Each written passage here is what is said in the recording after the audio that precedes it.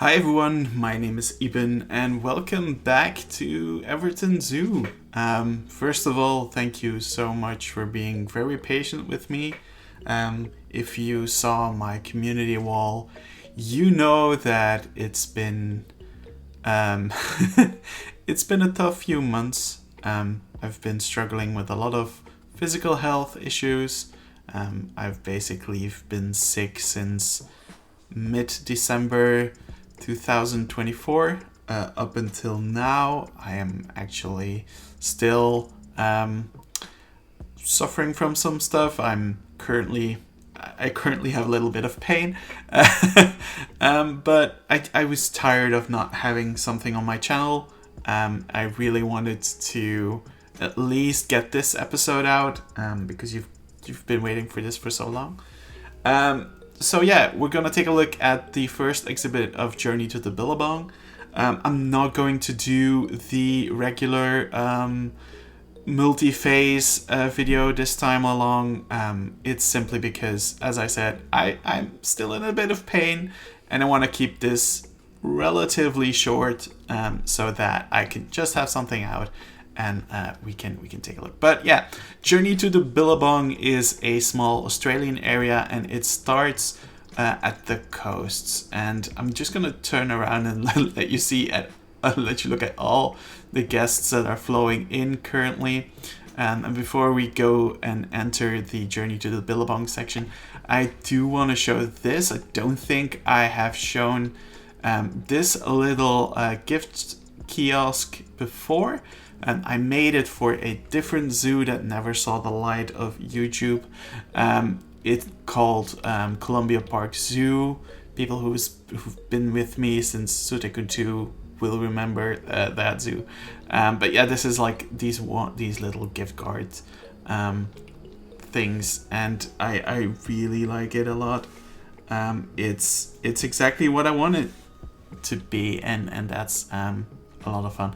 One day I will probably update the boxless mod shop, the boxless shop mod, and make this functional. But for now, this is okay.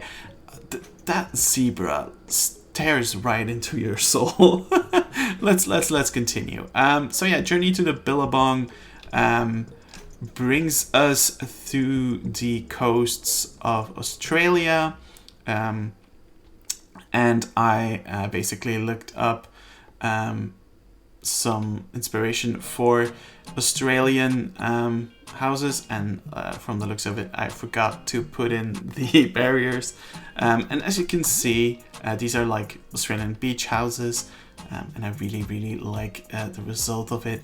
I also really like how the foliage slowly moves from the standard foliage that you'll find across the entire zoo and slowly morphs into plants that will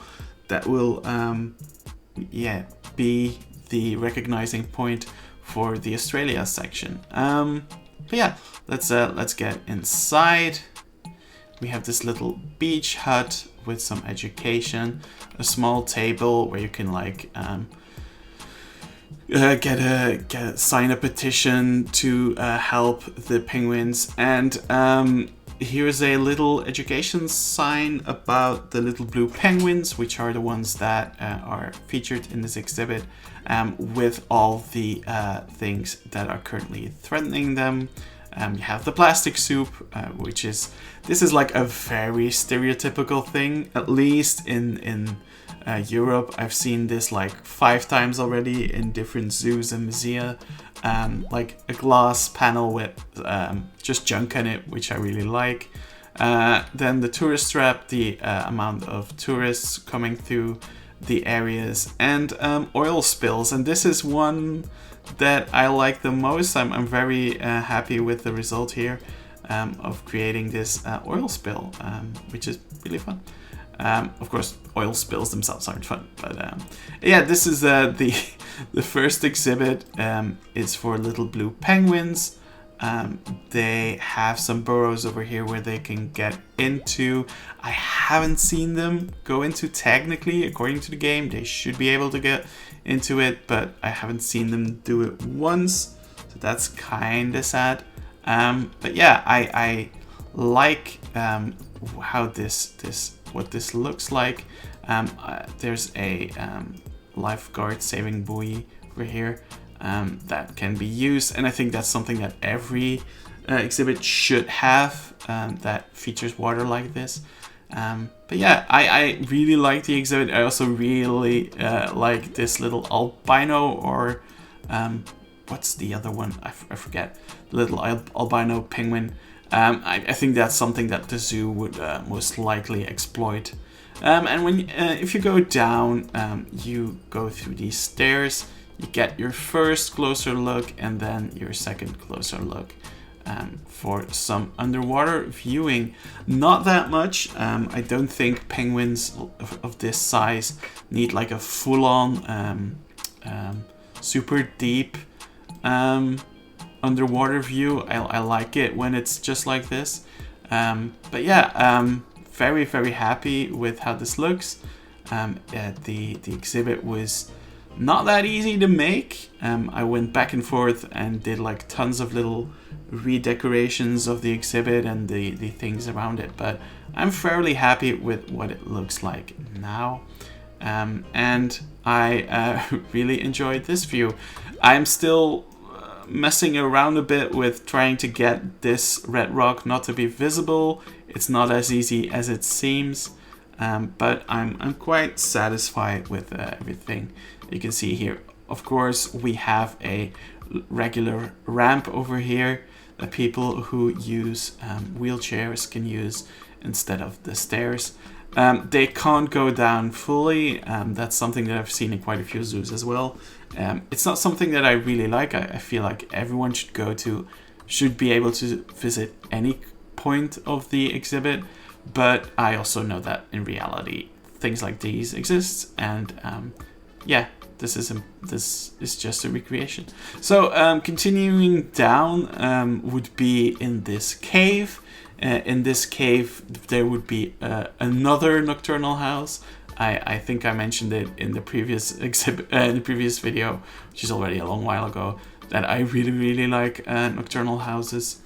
But one thing that you will notice is there's a lot of people going over there, and I will go in a top view in a minute. But what I feel is important in every zoo, and which I think every zoo should do, is whenever you enter a main area, so this is a new main area, I feel like you should be able to leave it and basically say, hey, this isn't where I wanted to go. I'm not interested. I took a wrong turn. I'll take a shortcut out.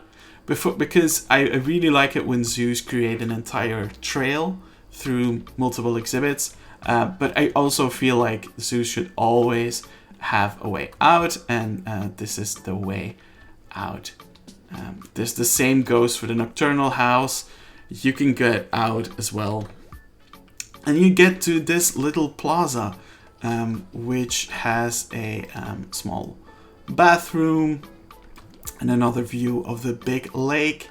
I put in some swans and some of the mallards, so that people would spend some time looking at the lake. And I'm fairly happy with how everything looks.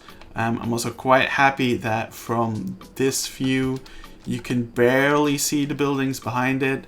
It's only when you're really over here that you can start seeing it, but you're so distracted by the Ferris wheel and by all the greenery that it doesn't register that much.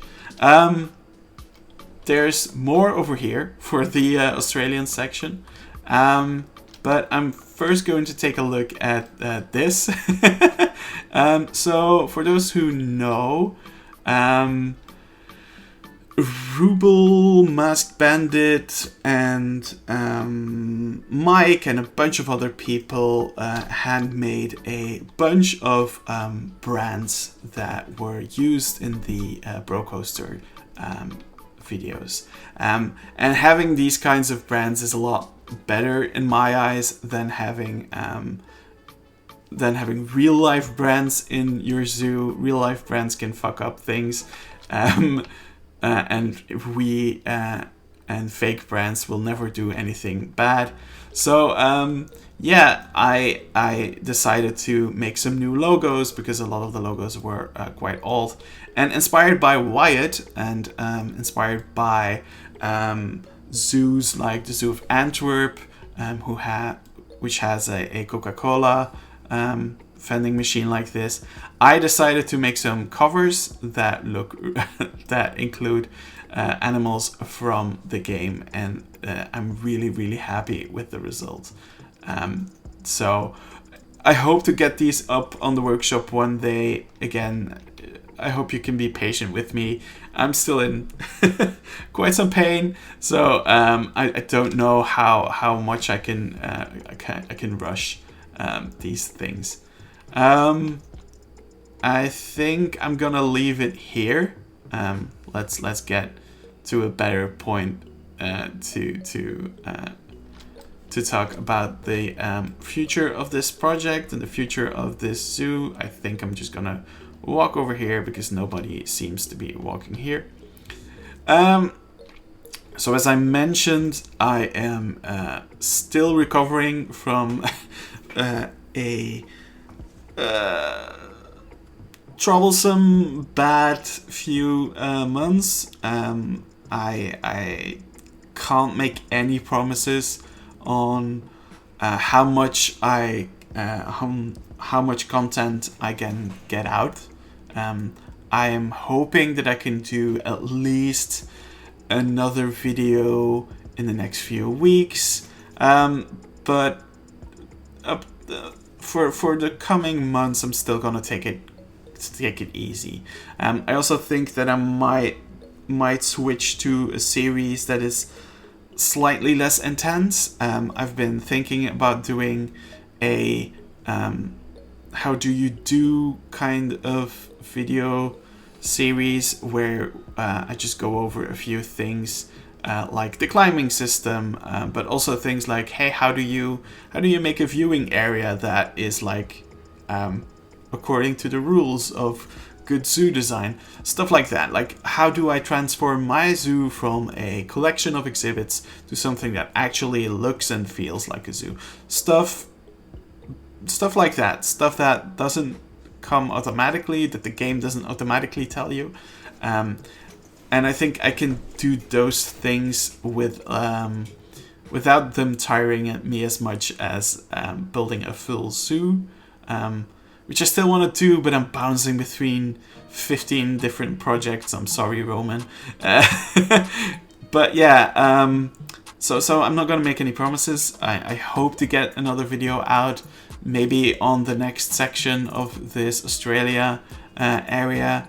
But I won't make any promises. I really want to thank everyone for watching, for sticking with my channel. I know it's been a while. I'm really sorry about that. But I'm feeling very happy about being able to release a video today. So hope you enjoyed it. I hope you liked what you saw, and see you in the next video. Bye.